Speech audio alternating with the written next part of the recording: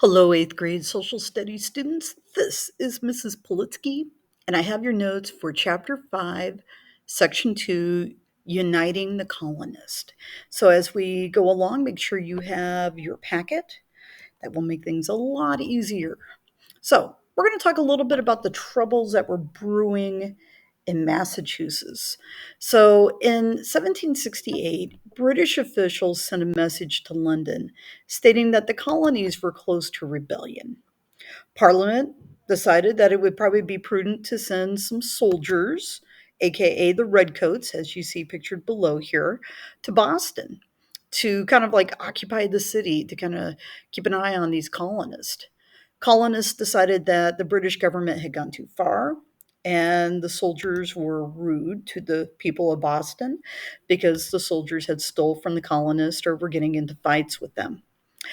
Sometimes our colonists would call these guys lobsterbacks. And it sounds kind of funny. I mean, it makes sense. You know, when you boil a lobster, it tends to go red. But for some weird reason back in those days, being called a lobsterback was like one of the rudest insults that you could give to the British soldiers. So, a few years later, in March of 1770, we have this really intense kind of situation happening around the city of Boston. And this led to an event called the Boston Massacre. Picture below is in the middle, and then off to the right of your screen here are a couple of little illustrations of this event.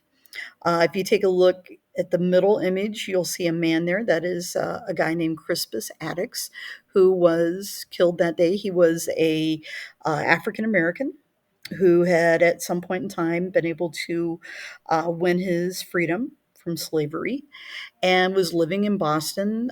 Some people say that his nationality, he was part African American, part Native American, that he was kind of a what we would call a longshoreman because he was kind of working along the docks of that city.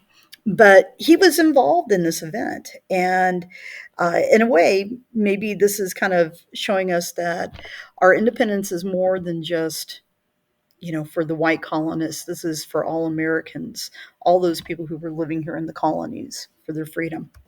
So, some of the events that led to this massacre, you had a fight that broke out. And it's believed that some of our colonists might have been kind of trying to pick on some of our British soldiers here. There were stories that maybe the name lobsterback was being thrown about a little bit. Perhaps maybe some snowballs that were, maybe laced with some other things like rocks and some kind of heavy object that would cause a little more pain if it hit someone. The British officers that were there tried to calm everyone down, but the British were throwing things like sticks and stones and snowballs, probably with rocks in the middle of them. The soldiers became afraid, and as a result, they fired their guns towards the crowd. And 5 colonists were killed, including Crispus Attucks, who we just mentioned.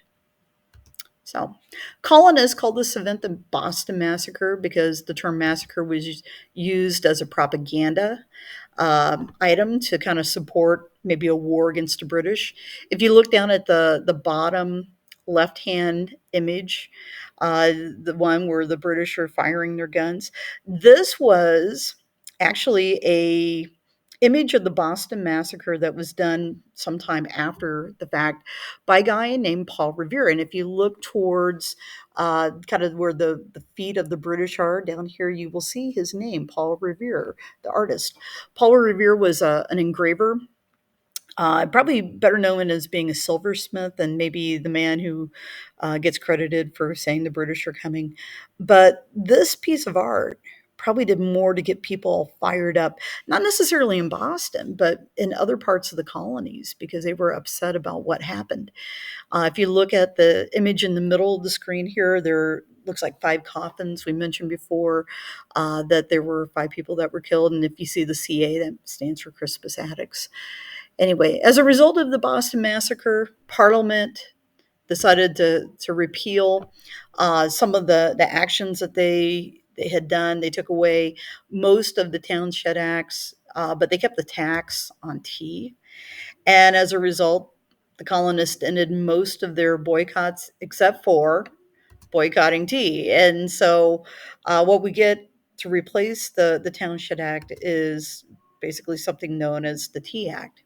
So, 1772, Samuel Adams restarted his group, known as the Committees of Correspondence, where the colonists expressed their concerns or complaints that they had with the British.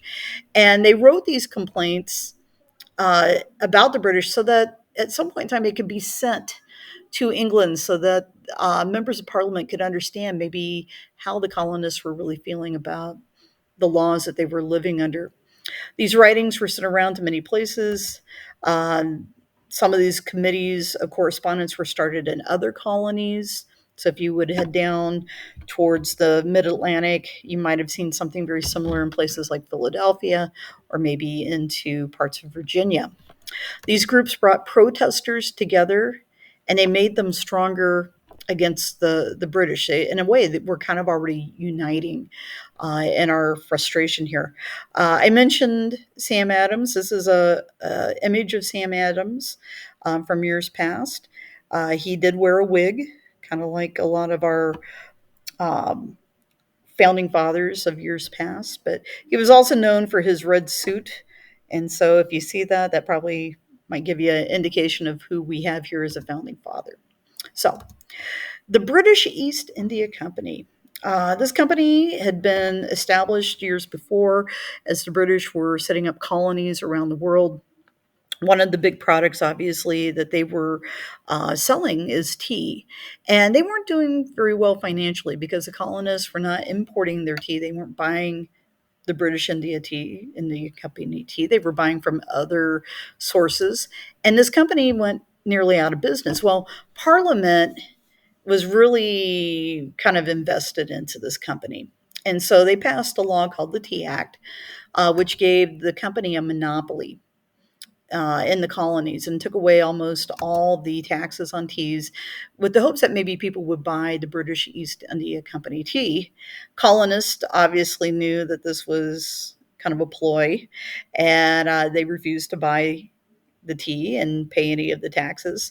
Uh, and they didn't want to listen to what Parliament was telling them to buy. They kind of wanted to make their own decisions. So that basically means our colonists are going to rebel again. And so the colonists boycotted the tea. They stopped ships from the British East Indian Company from unloading their tea.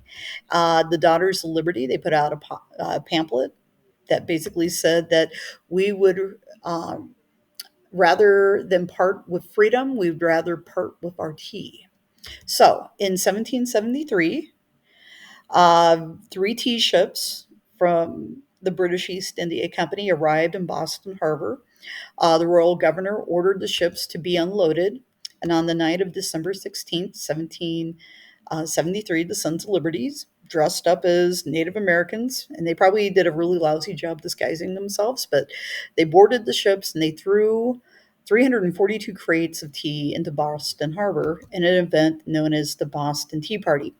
So I guess the best way you can remember the date on this that we have been dumping tea since 1773. If that helps you keep track of maybe when this event took place, then so be it. So, King George III retaliated against our colonists with more laws to punish us. And so in 1774, Parliament passed the Coercive Acts.